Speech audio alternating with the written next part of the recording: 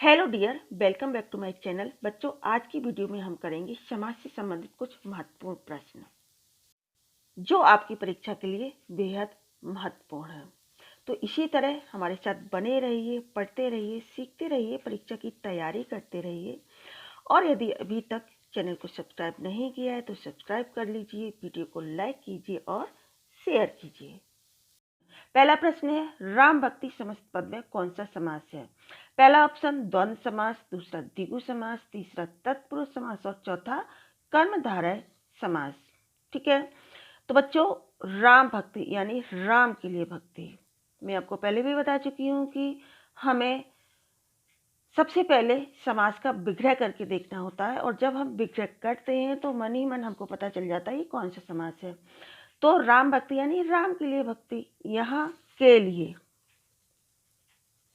क्या है? कारक विभक्ति, तो यहाँ क्या होगा? तत्पुरुष समास। ठीक है, दूसरा प्रश्न है, पुरुषोत्तम समस्त पद में कौन सा समास है? पहला ऑप्शन तत्पुरुष, दूसरा कर्मधारय, तीसरा बहुव्रीहि और चौथा अव्ययी भाव। तो बच्चों, यहाँ होगा कर्मधारय समास। ठीक है, क्यों? क्योंकि कर्मधारय समास में होता है कि विशेषण और विशेषता का कॉम्बिनेशन होता है। ठीक है, तो यदि हम इसका विग्रह करेंगे तो पुरुषोत्तम मतलब जो पुरुषों में उत्तम है उसे हम बोलेंगे पुरुषोत्तम। ठीक है, यानी कि उत्तम यहाँ हो गया विशेषण और पुरुष हो गया विशेष्य। ठीक है, तो यहाँ होगा कर्मधारय समास। तीसरा प्रश्न है, छोटा या बड़ा शब्द समूह के लिए उचित समास कौन सा है? पहला द्विगु समास, दूसरा तत्पुरुष समास, तीसरा द्वंद्व समास और चौथा अव्ययी भाव समास। तो बच्चों, इसकी डेफिनेशन भी मैंने आपको बताई थी कि छोटा या बड़ा यानी कि द्वंद्व समास, जहाँ पर और, अथवा, या, तथा बीच में हो, वहाँ पर क्या होता है? द्वंद्व समास। ठीक है, अच्छा, ये विग्रह बताया है, छोटा या बड़ा मतलब विग्रह करके बताया है। यदि हम इसका समास बनाते हैं तो क्या बन जाएगा? छोटा बड़ा, ये समास है। ठीक है, तो इस तरह से भी प्रश्न आता है कि आपको विग्रह करके दिया होगा और आपसे समास पूछा होगा। ठीक है, नेक्स्ट है, किस समास में पहला पद प्रधान होता है? ठीक है, तत्पुरुष, द्विगु, अव्ययी भाव या कर्मधारय? तो बच्चों, अव्ययी भाव। ठीक है, अव्ययी भाव समास में पहला पद प्रधान होता है। ठीक है, मैं आपको एक बात क्लियर कर देना चाहती हूँ कि ये मैं आपको पहले भी बता चुकी हूँ कि बहुविकल्पीय प्रश्नों को हल करने के लिए हमें पहले थ्योरी को पढ़ना जरूरी है, यानी कि हमारे कितने समास हैं, उनकी क्या परिभाषा है। ठीक है, उन्हें समझना बहुत जरूरी है। ठीक है, नेक्स्ट आता है, किस समास में दोनों पद प्रधान होते हैं? ठीक है, पहला ऑप्शन तत्पुरुष, दूसरा ऑप्शन द्विगु, तीसरा ऑप्शन द्वंद्व और चौथा ऑप्शन अव्ययी भाव समास।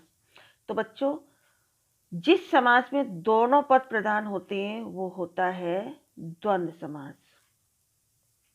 ठीक है, बताया था ना मैंने, माता पिता, ये समास है।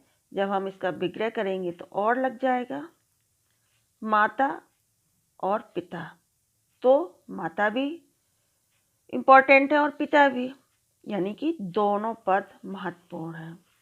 तो कुछ इस तरह से भी प्रश्न आपकी परीक्षा में आएंगे। नेक्स्ट, शताब्दी समस्त पद में समास है, तत्पुरुष, कर्मधारय, द्वंद्व या द्विगु समास।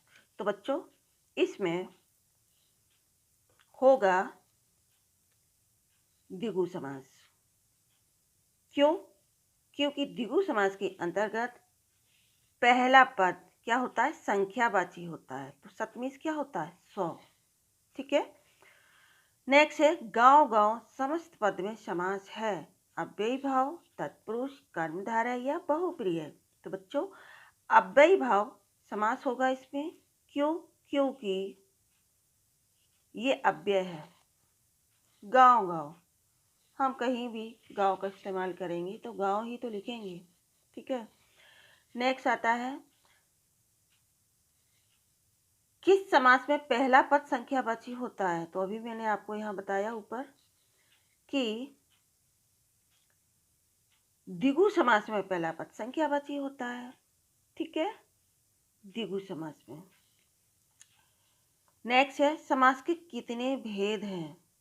4, 5, 6 या 8। तो बच्चों यदि आपने पढ़ा है समास को अच्छे से तो ही तो आप बता पाएंगे। ठीक है। होता क्या है कि पढ़ने के बाद भी हम कंफ्यूज हो जाते हैं जब हम परीक्षा देते हैं तो कंफ्यूज नहीं होना है। ठीक है। क्योंकि देखा होगा आपने अक्सर जिस तरह से संख्या के भेद 5 होते हैं, विशेषण के भेद 4 होते हैं। ठीक है। तो हम कंफ्यूज हो जाते हैं। तो यहाँ पर 4, 5, 8 नहीं होगा, क्या होगा? 6। ठीक है। नेक्स्ट है किस समास के दोनों पदों के मध्य उपमेय उपमान का संबंध होता है? ये आप तभी कर सकते हैं जब आपको डेफिनेशन पता हो। ठीक है। पहला ऑप्शन द्विगु, दूसरा कर्मधारय, तीसरा तत्पुरुष और चौथा बहुप्रिय। तो ये होगा कर्मधारय समास। कर्मधारय समास में एक तो विशेषण और विशेष्य का संबंध होता है। ठीक है, विशेषण और विशेष्य। दूसरा होता है उपमेय और उपमान। ठीक है। यानी कि जब हम किसी की उपमा देते हैं, जैसे कि चरण कमल। चरण कमल का शब्द का प्रयोग किया जाता है भगवान राम के पैरों के लिए, चरणों के लिए। तो भगवान राम के चरण कैसे हैं? कमल के समान है। ठीक है।